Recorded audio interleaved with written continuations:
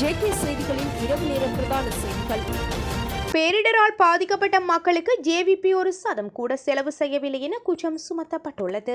ஐக்கிய மக்கள் சக்தி நாடாளுமன்ற உறுப்பினர் ஹர்ஷனர் ராஜகருணா இந்த குற்றச்சாட்டை சுமத்தியுள்ளார். பேரிடரில் பெரும் அனர்த்தங்களை சந்தித்த மக்களுக்கு இந்த ஜேவிபி கட்சி எந்த ஒரு நிவாரணத்தையும் வழங்கவில்லை என்று அவர் குற்றம் சுமத்தியுள்ளார். இலங்கையில் மிகப்பெரிய கட்சி நிதியத்தை கொண்ட கட்சியான ஜேவிபி கட்சி இந்த புயல், மண் சரிவு, வெள்ள பாதிப்பினால் அனர்த்தங்களை எதிர்நோக்கிய மக்களுக்கு எந்தவித உதவியையும் செய்ய தவறியுள்ளது என்று அவர் குற்றம் சுமத்தியுள்ளார். அவ்வாறு செய்திருந்தால் அதனை நிரூபிக்குமாறு சவால் விடுவதாக அவர் குறிப்பிட்டுள்ளார். ஜனாதிபதி அனுரகுமார திசாநாயக்க உள்ளிட்ட தேசிய மக்கள் சக்தியின் உறுப்பினர்கள் ஊடகங்களிடம் வந்து 25,000 ரூபாய், 50,000 ரூபாய் தருகின்றோம் என வீரவசனம் பேசுகின்றார்கள் என அவர் தெரிவித்துள்ளார். இந்த அனைத்து பணமும் மக்களின் வரிப்பணம் என்பதை நினைவில் நிறுத்திக் கொள்ள வேண்டும் என்று அவர் தெரிவித்துள்ளார். மாறாக அவர்களின் கட்சி நிதியத்திலிருந்து ஒரு சதமும் ஒதுக்கீடு செய்யப்படவில்லை என்று அவர் குறிப்பிட்டுள்ளார். வர்த்தகர்கள், வெளிநாடு என்ற பல்வேறு தரப்பினரும் இந்த நிவாரணத்துக்கு பணம் வழங்கி வருகின்ற போதிலும் ஜேவிபி கட்சி வழங்கவில்லை என்று அவர் தெரிவித்துள்ளார்.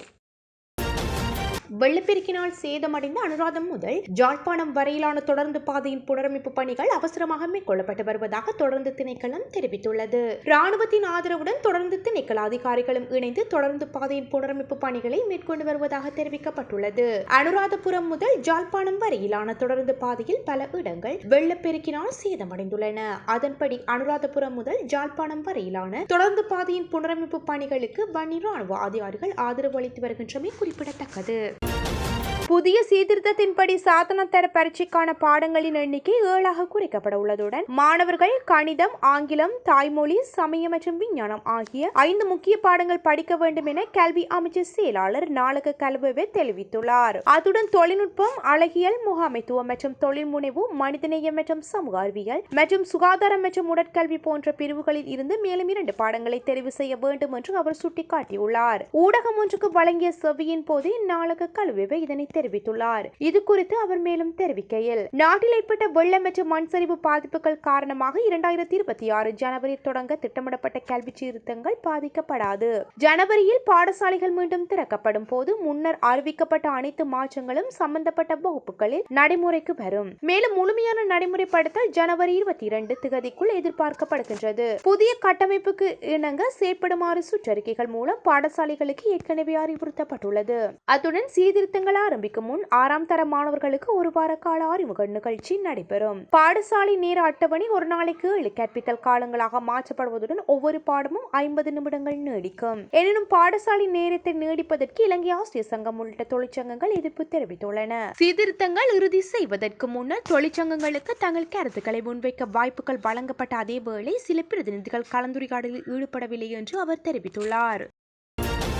டிட்வா புயலை அடுத்து அனர்த்த நிவாரண பணிகளுக்கு இலங்கைக்கு வந்த அமெரிக்காவின் இந்தோ பசிபிக் கட்டளை பீடத்தைச் சேர்ந்த படையினர் தங்கள் மனிதாபிமான உதவி பணியை முடித்துக் கொண்டு நேற்று புறப்பட்டு சென்றுள்ளனர். 60 அமெரிக்க படையினரும் கட்டுநாயக்க விமானப்படை தளத்தில் இருந்து அமெரிக்க விமானப்படையின் C-130 விமானத்தில் புறப்பட்டனர். கடந்த 7ஆம் தேதி இலங்கைக்கு வந்த அவர்கள் பாதிக்கப்பட்ட பகுதிகளுக்கு நிவாரணப் பொருட்களை கொண்டு செல்வதிலும் வழங்குவதிலும் உதவும் வகையில் ஸ்ரீலங்கா விமானப்படையுடன் இணைந்து பணியாற்றியிருந்தனர். அமெரிக்க விமானப்படையின் 2 C-130 விமானங்கள் கட்டுநாயக்க விமானப்படை தளம் மற்றும் ரத்மலானை விமானப்படை தளம் ஆகியவற்றில் இருந்து ஜாழ்ப்பாணம், அனுராதபுரம், திருகோணமலை, அம்பாறை, மத்தள உள்ளிட்ட விமானப்படை தாக்கங்களுக்கு உதவி பொருட்களை கொண்டு சென்றது குறிப்பிடத்தக்கது.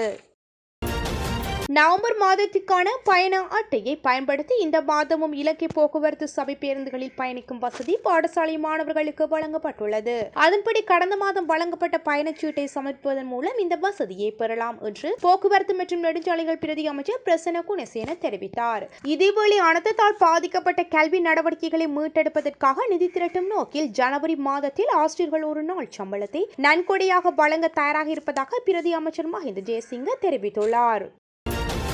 இலங்கையின் அணுத்திடர் முகாமைத்துவ நிபுணர் சங்கம் அதிநவீன புவியியல் தகவல் அமைப்பு மற்றும் செயற்கை நுண்ணறிவு தொழில்நுட்பங்களை பயன்படுத்தி அனர்த்தங்களை கணித்தல், தயாராகுதல் மற்றும் பதிலளிக்கும் திறனை வலுப்படுத்தல் நோக்குடன் ஒரு தேசிய முயற்சியை வெற்றிகரமாக ஆரம்பித்துள்ளனர். கொழும்பில் நடைபெற்ற இந்த ஆரம்ப நிகழ்வில் அனர்த்த முகாமைத்துவ நிலையம், தேசிய அனர்த்த நிவாரண சேவைகள் நிலையம், தொழில்நுட்ப வல்லுநர்கள் மற்றும் மாணவர்கள் உள்ளிட்ட பலரும் கலந்து கொண்டுள்ளனர். இந்நிகழ்வில் பிரதம அதிதியாக கலந்து கொண்டு இலங்கைக்கான அமெரிக்க தூதரகத்தின் பிரதி தலைமை அதிகாரி ஜோன் ஏ ஹோவெல் இந்த முயற்சியை இலங்கையின் மாபெரும் ஆற்றலை வலியுறுத்தியுள்ளார். அவர் குறிப்பிடுகையில், புதுமைகளை தழுவி மனித வளத்தில் முதலீடு செய்து GL தொழில்நுட்பத்தை பயன்படுத்துவதன் மூலம் அபாயத்தை ஆயத்தமாக மாற்றுவதன் மூலம் அனர்த்தம் தாங்கும் திறனில் பிராந்தியத்தில் தலைமை தாங்கும் வாய்ப்பு இலங்கைக்கு உள்ளது.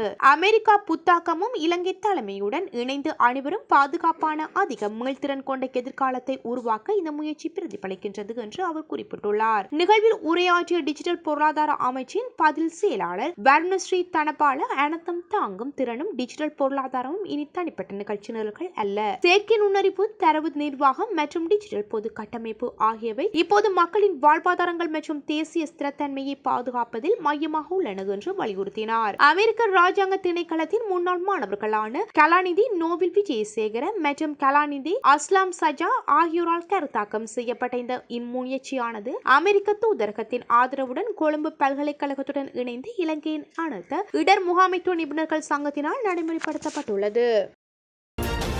உங்கள் சொத்துக்களை விற்று வீடற்ற மலையக மக்களுக்கு வீடு கட்டி கொடுத்த பின்னர் புலம்பெயர் தமிழர்களின் காணிகளை வாங்கி தருகின்றோம் என நாடாளுமன்ற உறுப்பினர் ராமநாதன் அர்ஜுனா நாடாளுமன்ற உறுப்பினர் மனோ கணேசனுக்கு தெரிவித்துள்ளார். ராமநாதன் அர்ஜுனா தனது சமூக வலைதளத்தில் வெளியிட்டுள்ள காணொலியில் இந்த விடயத்தினை குறிப்பிட்டுள்ளார். மலையகத்தில் காணி இல்லாவிட்டால் வடக்கு கிழக்கில் உள்ள புலம்பெயர் தமிழர்களின் காணிகளை பெற்றுத் தருவதாக அண்மையில் கண்டியில் மனோ கணேசன் குறிப்பிட்டிருந்தார்.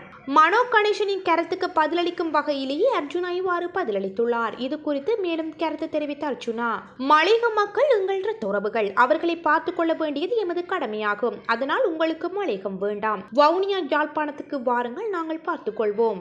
மனோ கணேசனின் தந்தை ஒரு நடிகர் என்பதால் அவர்களுக்கு பரம்பரை சொத்து இருக்கின்றது தானே, அதை விற்று அவர்களுக்கு வீடு கட்டி கொடுங்கள். பின்னர் நாங்கள் புலம்பெயர் தமிழர்களிடம் காணிகளை பெற்று தருகின்றோம். புலம்பெயர் தமிழர்கள் போராட்டத்தில் தமது உறவுகளை இழந்து தப்பி பிழைத்த ஒரு சிலரை புலம்பெயர்ந்து கஷ்டப்பட்டு வருகின்றனர். அதனால் நீங்கள் முன்னுதாரணம் காட்டுங்கள் என்று குறிப்பிட்டுள்ளார். கிழக்கு அலைவடிவ காற்று ஓட்டத்தின் தாக்கம் காரணமாக நாளை முதல் நாட்டில் மழை நிலைமையில் சிறிதளவு அதிகரிப்பு எதிர்பார்க்கப்படுவதாக வளிமண்டலவியல் திணைக்களம் தெரிவித்துள்ளது.